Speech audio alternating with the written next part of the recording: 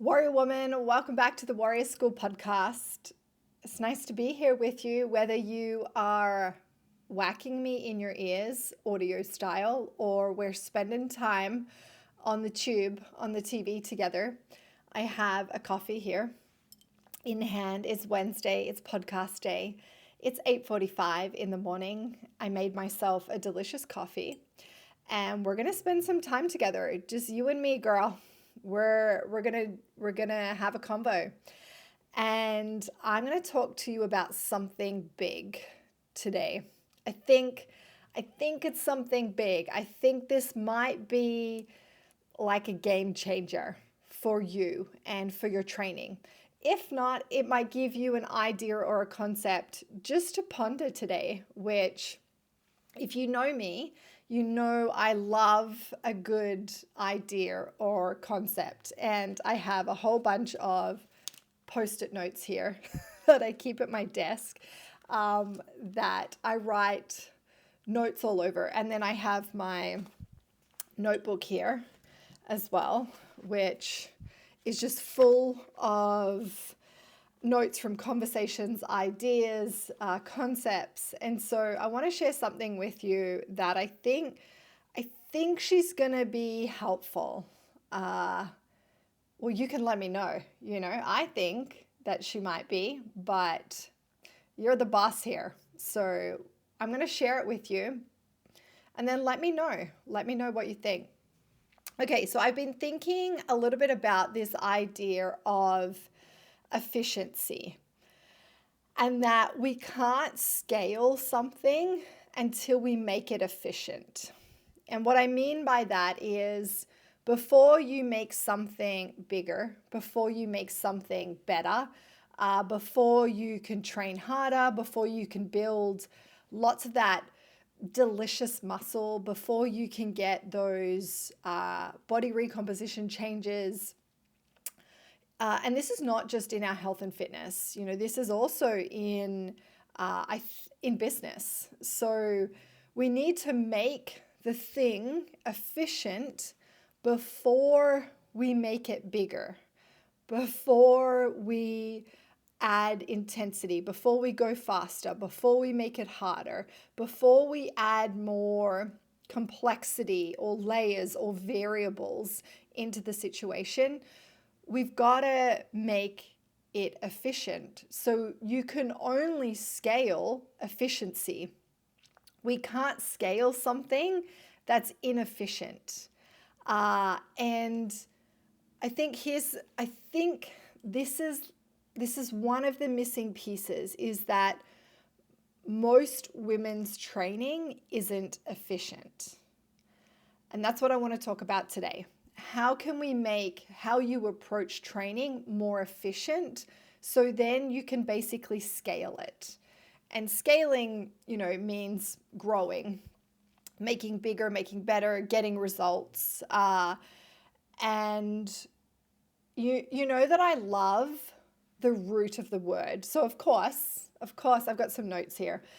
So of course I went to Google, went to the Googs, and I use my special kind of dictionary, thesaurus, root of the word search platform. And when I looked up efficiency means power to accomplish something, ratio of useful work done to energy expended, making, producing, immediate effect, active, effective. What I love the most, I love this ratio of useful work done to energy expended. And I think this can really sum up women's health and fitness so beautifully, is that we feel like our ratio of work is so high. When it comes to, yesterday I ran the Build the Body That You Love workshop. And we were talking about this idea of the old game versus the new game in women's health and fitness. The old game is about doing. It's about doing, more. And the old game is really inefficient. We have this ratio of work output that is maybe low to the amount of energy that we're actually expending, whether that's physical, mental, and emotional load or mental and emotional energy. Whereas the new game is about execution. It's about this idea of becoming really efficient with what you're doing. So the ratio of useful work to the energy expended is more balanced. And I think a lot of you are feeling really frustrated because you feel like you're doing all of this work, and not just the physical labor of it, as in the training and the meal prepping and the eating or the tracking, but the mental and emotional work that you're doing is extremely high. And I think the reason why the mental and emotional load of it, the feeling of it being really hard, and there's lots of overwhelm and friction and resistance, and I think that's because you're trying to scale what's not efficient. What you're doing is not efficient. So potentially the way that you're training is not efficient. The way that you're going about your food potentially isn't efficient.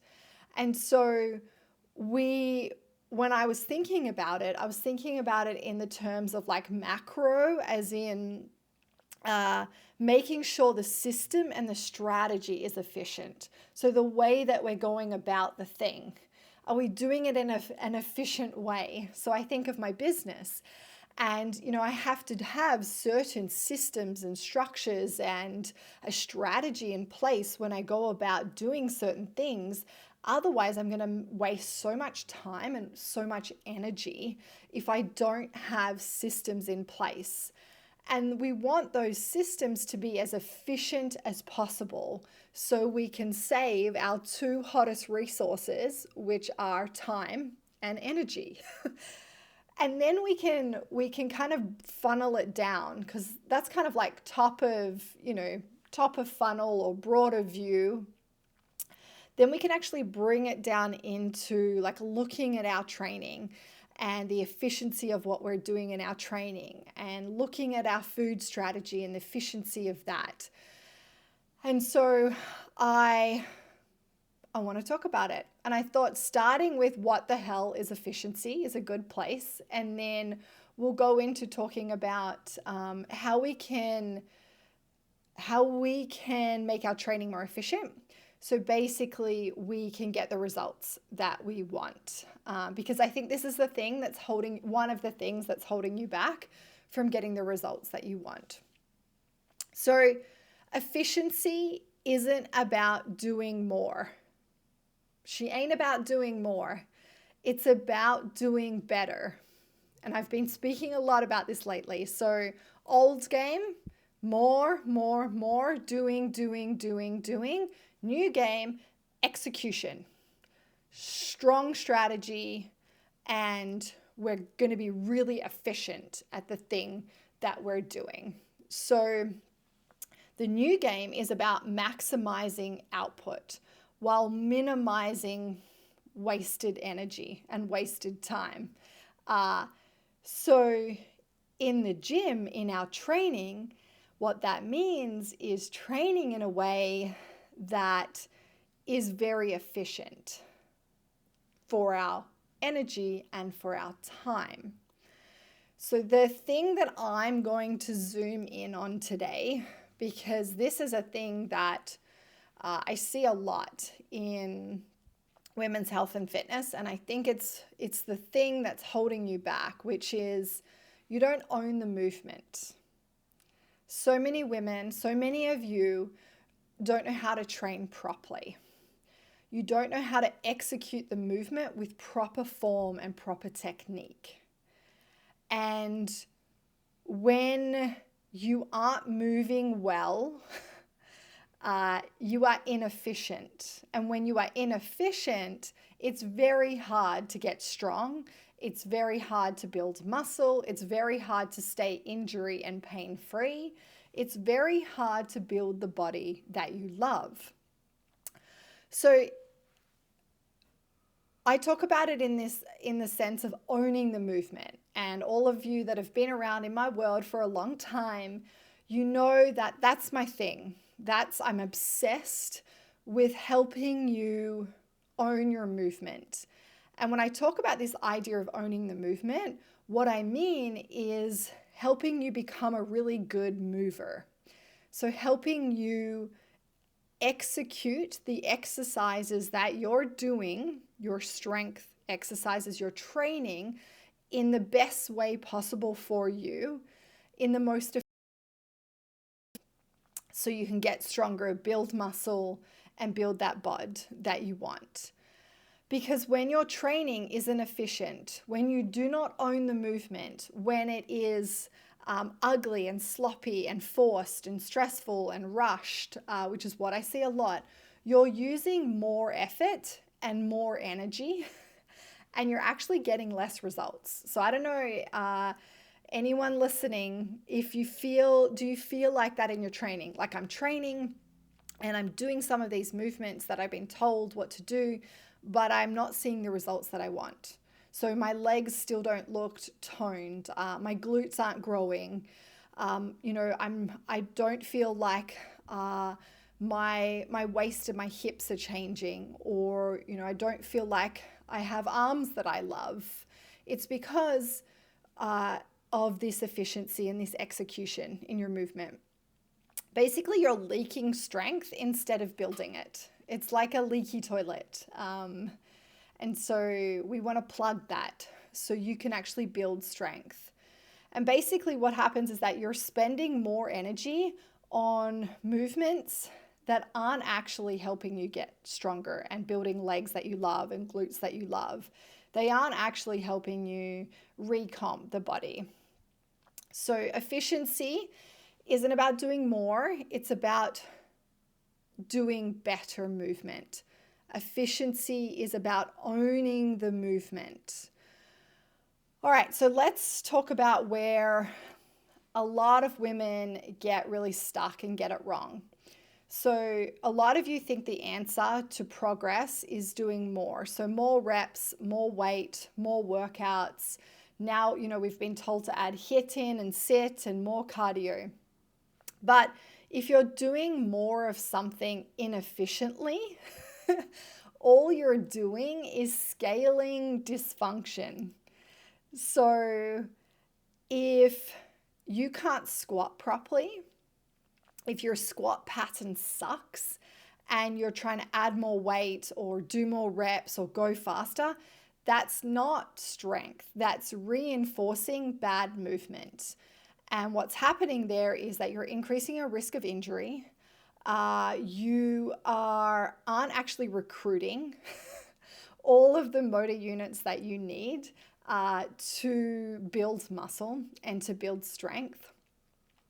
If your deadlift has no tension and you don't know how to actually hinge properly and control your pelvis and activate your glute, you don't know where your body is in space, as in your center of mass, and where the weight distribution needs to be over the foot, and you keep on increasing the load, you're not building strength. You're really probably what you're feeling is you're feeling your lower back.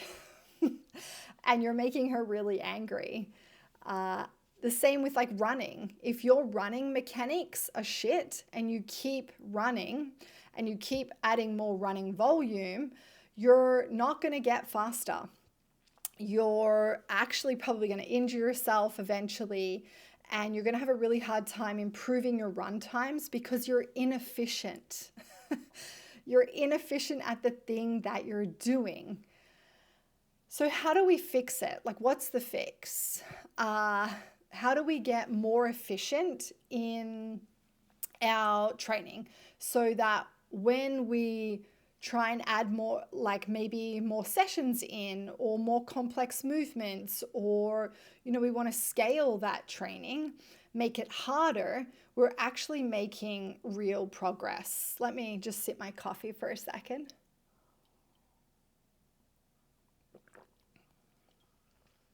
Okay, so the first thing that we need to do is we need to move better. We need to actually, and there's a few ways that I break this down. So for me, there's actually 4 layers of a training foundation. When it comes to, I guess, there's a hierarchy of training needs that I've built my training on, and that's what I do inside of Warrior School.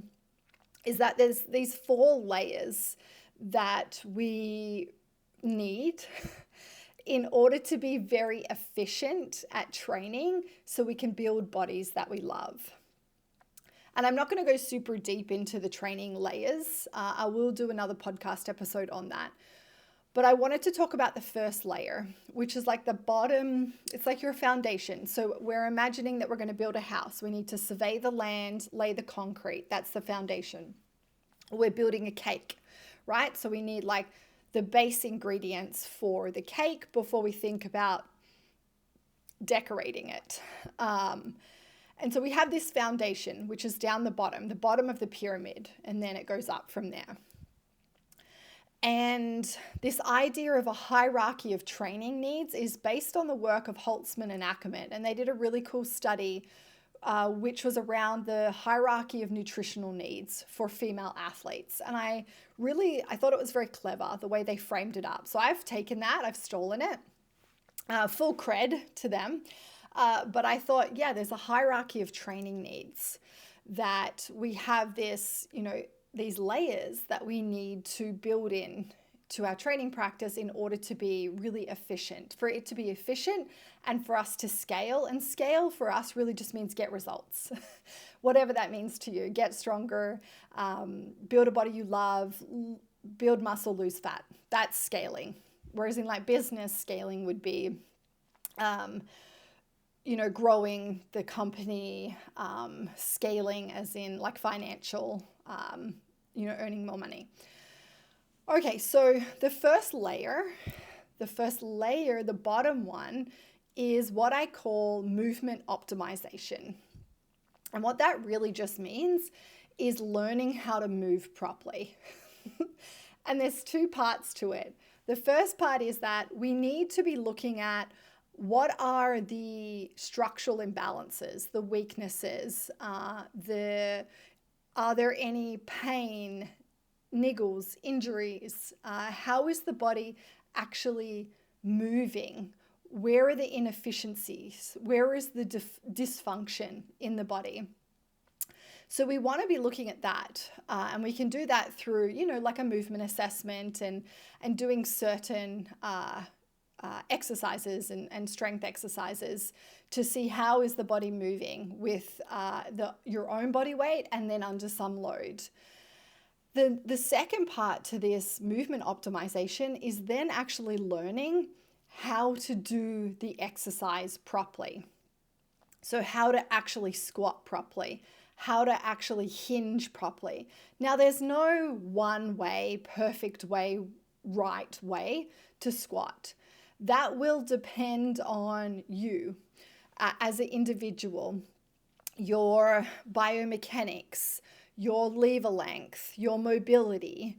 But there are certain qualities and standards that we want to achieve out of movements.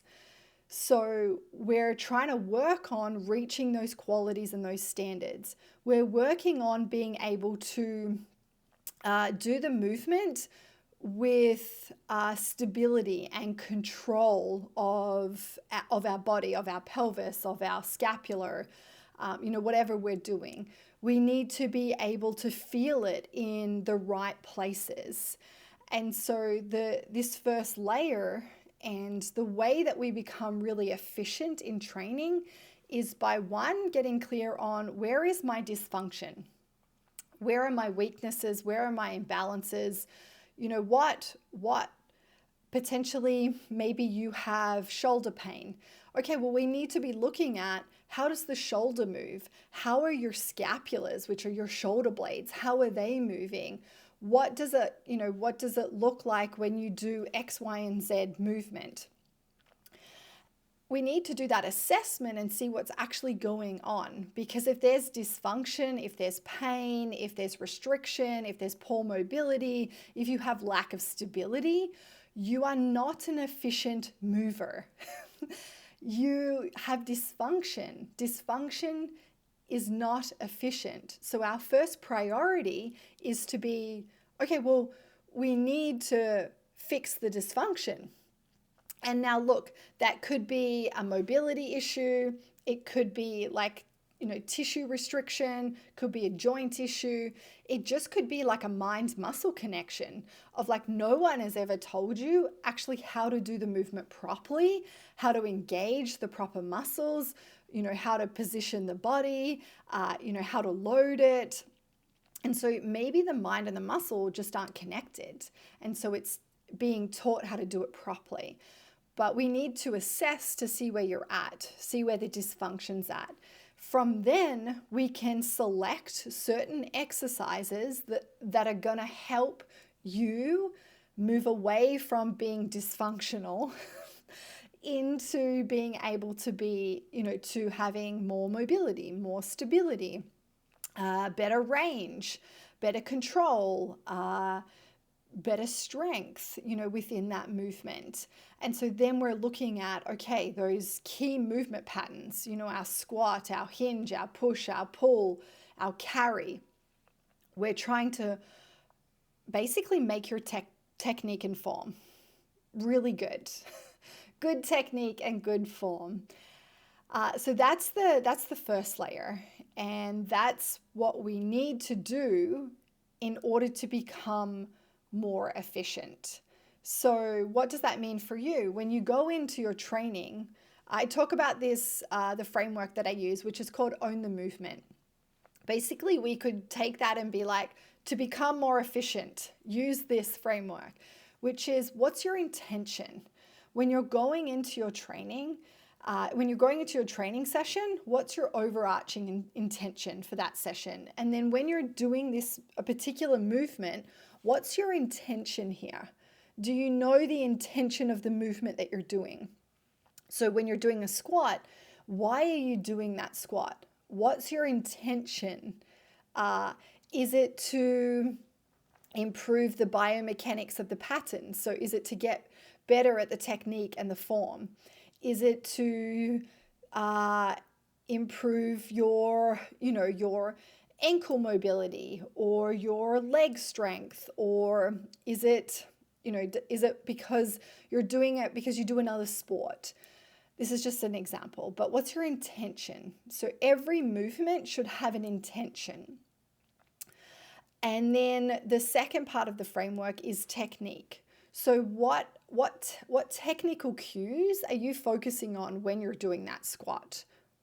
And that will be dependent on what's going on with your body and what are the goals around this squat? Why are we doing it? So we need to focus on, say, 1 to 3 technical cues. So for example, that could be the weight distribution. So where the center of mass is, pushing down through that midfoot or the base of the big toe and the base of the little toe. It could be tempo. It could be pausing in the bottom to really own that bottom position. It could be power. And so we need to get clear on the intention and then the technical cues that we're working on. Then the next one is range. So are you going through the full range of motion that you have right now based on your mobility, your stability, and your technical ability? And so we want to try and go through that full range.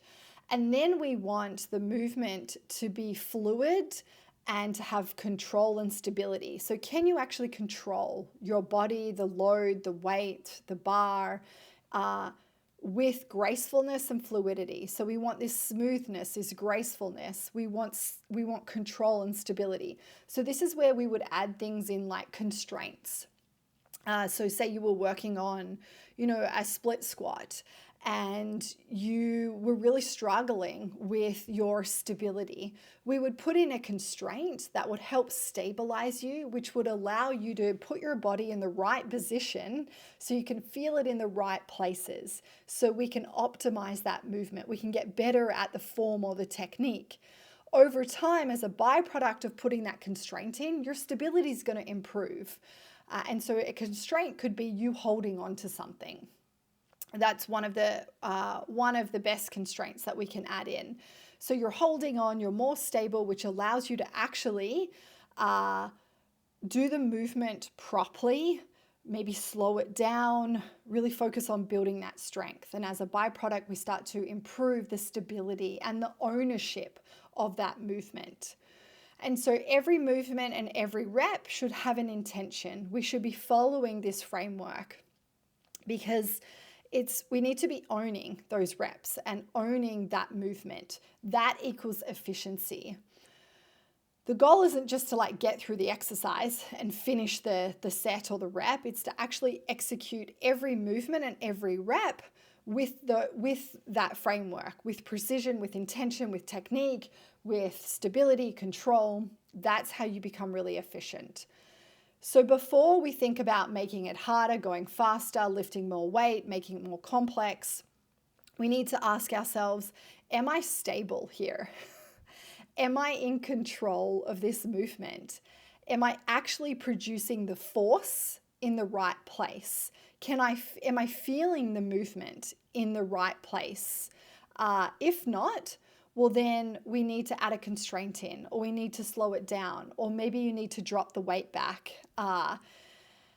So that's the first one. The second one is learning how to create tension. And this is really important. A lot of you don't know how to create tension in the body. And when we don't know how to create tension, that really affects our execution of the movement, our stability, and often we don't feel it in the places that we need to be feeling it. So basically, strength or weightlifting isn't just about moving load. It's not just about lifting weights. It's about owning the movement. It's about being able to create the right tension at the right time in the right places so we can recruit the right muscles or the motor units so then we can get stronger and build more muscle. So a lot of you don't know how to create tension in your body, and this is why we need to slow our movement down a lot and work with tempo. Time under tension is really what the tempo is about, because that's going to help you build that tension. And so if you can't create tension, you're leaking power and energy. So it's like you don't have... I want you to do an experiment for me this week. So I want you to do a movement that you do all of the time, and I want you to do it like fast or your normal speed of how you would do it, which I know a lot of you go way too fast on your squats, way too fast on your RDLs or your hinges. Then I want you to do the same weight, the same movement, and I want you to spend time under tension. So I want you to actually slow that eccentric or the lowering part of the movement down to like 3 to 4 seconds. So 1, 2, 3, 4. And then I want you to be powerful out of the bottom. I want you to see if you can feel the difference between your normal speed of doing your squat or doing your RDL and how that feels compared to when you actually slow down the lowering phase or the eccentric phase of the movement. See if you feel more powerful out of the bottom, because when you go fast, not all of the time, you don't leak power, because if we think of athletes and this is a little bit sciencey and technical, but when it comes to movement, there's concentric focused movements and there's eccentric focused movements. And the concentric focused are really those power moves. So think about like a box squat is a concentric focused movement, because we're really thinking we're putting all the effort and the power into the up. Whereas a normal full range back squat is more of an eccentric focused movement, because we're focusing on like the lowering down nice and slow and controlled. And so I don't want to go too sciencey for you, but I want you to run that experiment. So if you want to be stronger and you want to be leaner, you want to be more powerful, more athletic, you need to know how to generate force out of the body. Force just really means power, like power or strength. When you do something and you can really generate that like power. So what does that mean? That means looking at our dysfunction and inefficiencies and starting to work on those. It means learning actually how to squat properly and hinge properly and press and pull properly. It means actually really looking at your feet, which I've spoken about recently on the pod. Your foot is the thing that's connected to the ground, and it's the thing that's going to help you produce force and power. And so we need to be looking at our feet and where's the weight distribution in our feet. We need to be able to brace our core properly. So we need to learn how to breathe and brace and create tension through the trunk. And then we need to learn how to control every part of the movement, not just the lift, but we need to learn how to actually create that tension, that stability, and that control. So there is a guy called Jordan Shallows, and he's a chiro. He's the creator of Prescript, which is a really cool biomechanics program. He's a super biomechanics nerd, extremely intelligent guy. And I love when he talks about movement efficiency and biomechanics. So his whole philosophy is mobility, stability, then strength. And that's the way that I was taught from my coach.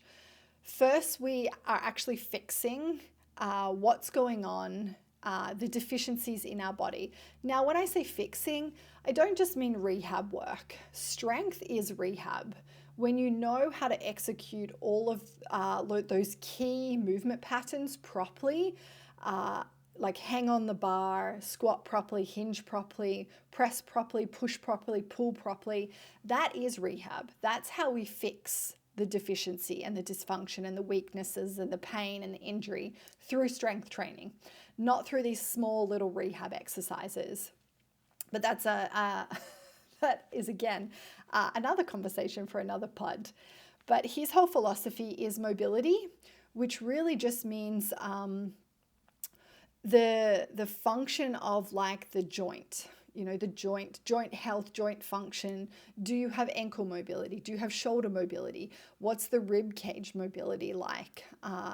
What's the hip mobility like?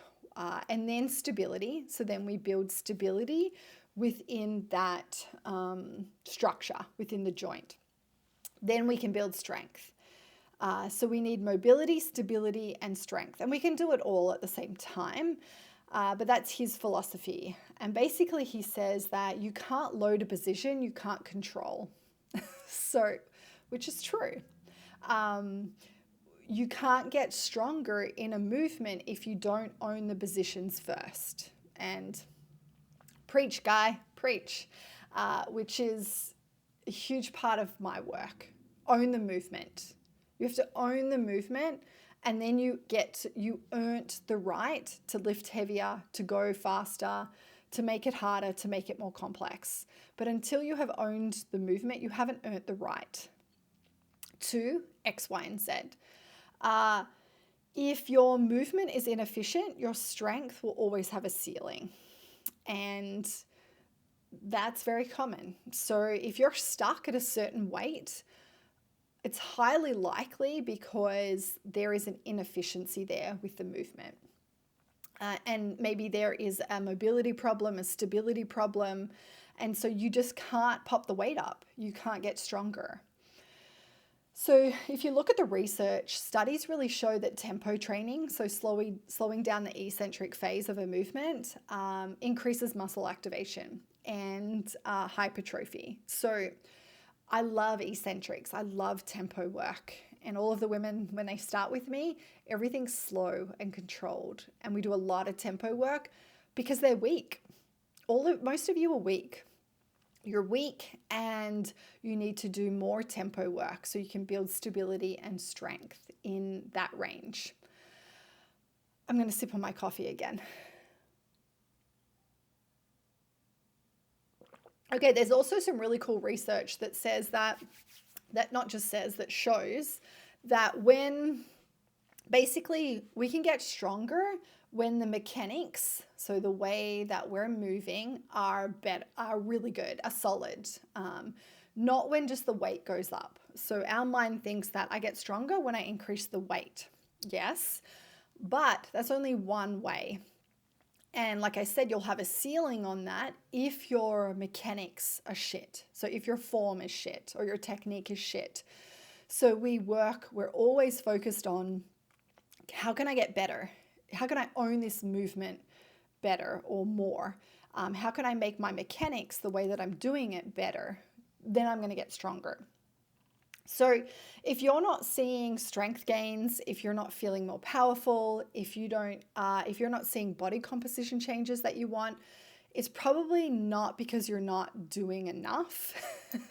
It's probably because your movement isn't efficient enough yet. You're not an efficient trainer or mover. So what do you need to do now? Let's talk about some actions that you can take. So here's your challenge. I'm going to give you a challenge, which I kind of already did, but I'm going to repeat myself.